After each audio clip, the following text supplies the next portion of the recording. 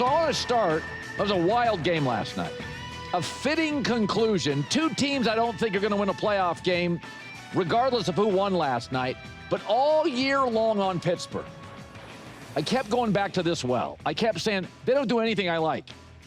Except Aaron Rodgers, at 42 years old, was the one thing every Sunday I was like, yeah, I trust Aaron. He hasn't thrown a pick since, November? And the Steelers have a lead. They blow two coverages.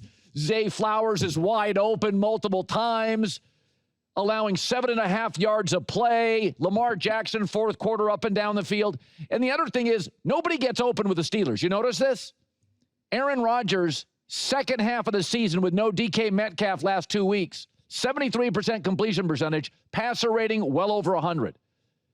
PFF has their receiving core at 29th. That was rated on the season with DK Metcalf. It's 32nd without him. And here's Aaron, who doesn't run much anymore, in a dysfunctional offense that really hasn't run the ball consistently for 7 years, an offensive line that's been okay, inconsistent for 7 years in pass protection, and he pulls it all together. You got a little Warren here. You got a Freiermuth there. Pittsburgh's just not very good at anything. They even missed an extra point last night.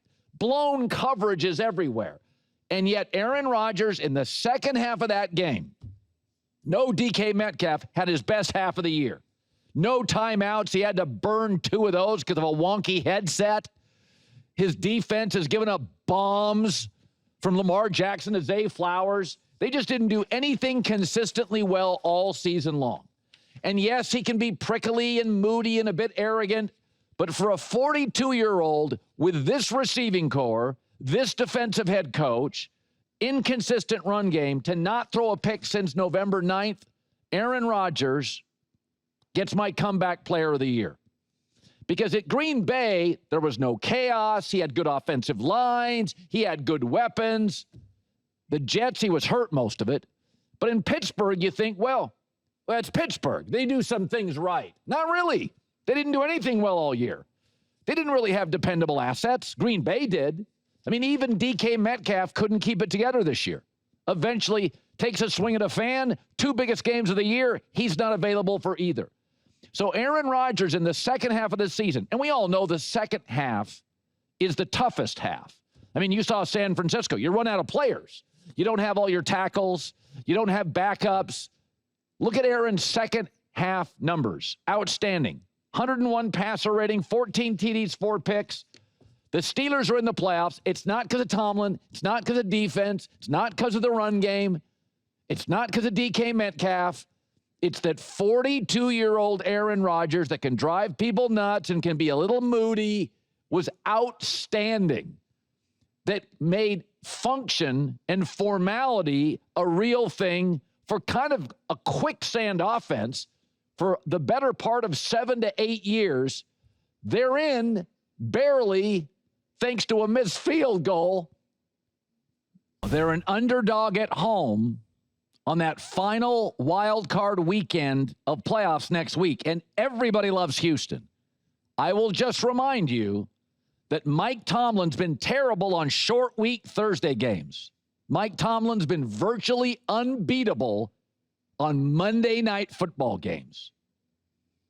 Steelers as a home dog with the motivator Mike Tomlin against the Houston Texans.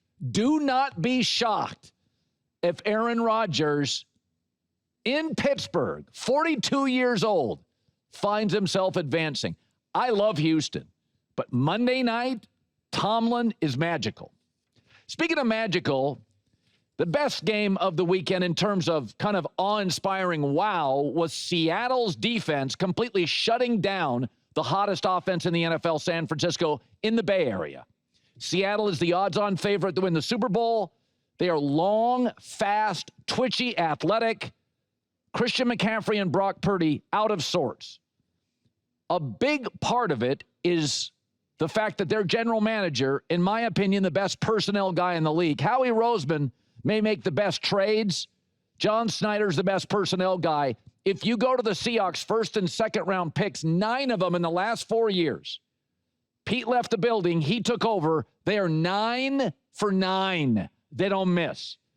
And this Seattle team, as somebody from the Northwest, it does remind me of the last great Seattle team that had a defensive coach and was mostly led by a great run game and a defense. And they had a quarterback, the other team, but he wasn't really a unifier. He and Pete Carroll never really saw eye to eye, and that's the difference. Everybody in that building loves Sam Darnold. Everybody in San Francisco, USC, Minnesota loves Sam Darnold. He's a relatable guy. Quarterbacks always get special treatment. You can't ask for it. That Seattle team was packed. But you always heard things that the players didn't quite connect with Russell Wilson. He saw himself at times above the team. Fair or not, that's what you heard. You never hear that with Darnold. The GM, the coach, his teammates, constantly after games defending if he has an interception. And the reason being is because Darnold owns it. Doesn't seek special treatment. One of the guys. And that really matters. There's the old stories about Tom Brady that would walk up to rookies when he was in year 17 and go, "Hi, my name is Tom Brady." Of course, everybody knew that he was. But the fact that Brady would reach out was a way to communicate and connect with a 22-year-old out of Rutgers. That's Darnold's secret sauce. Yes, he's athletic. Yes, he's got a great arm. Yes, he's aggressive. Yes, he can run, make plays with his feet. But it's that relatability. And in life, look at who vouches for people. Kyle Shanahan loved him. Kevin O'Connell loved him. Mike McDonald, his biggest fan. This Seahawks team reminds me of that, but more unified. Yes, both have a run game, led by their defense, defensive coach, but the quarterback, both were athletic. This time feels more galvanized, more unified, and they are the odds-on favorite to win the Super Bowl after Saturday night shutting down McCaffrey, Purdy, and Kyle Shanahan's red-hot offense. It's no Mahomes, no Lamar Jackson, no Joe Burrow, and we're not sure what to make of Josh Allen's defense. So it's a very interesting year. I think one of the trends that's happened in the NFL over the last couple of years, the bottom of the league is awful. The New York teams are unwatchable and mostly awful.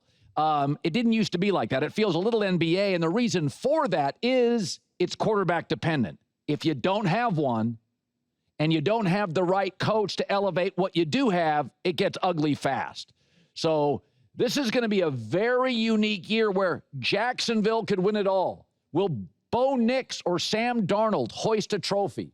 What do we make of Philadelphia? We love the roster, but we're not sure about the coach and the quarterback, and it's a coach-quarterback league. It's a wide-open playoffs. I'm not even a fan of Pittsburgh, but everybody's counting them out. Tomlin on Monday is a home dog. You have to bet Pittsburgh. You have to bet Pittsburgh is a home dog on Monday with Mike Tomlin. That's the one everybody's talking about yesterday. Everybody's going, "Oh, this is an entertaining game." But these teams can't win a playoff game. Tomlin, home dog against an offense that struggles? You know how Pittsburgh is. I mean, there's only one guarantee in this league. If the Jets play, they will not get an interception. That's the only thing statistically. They could play another 30 games. They would not get an interception.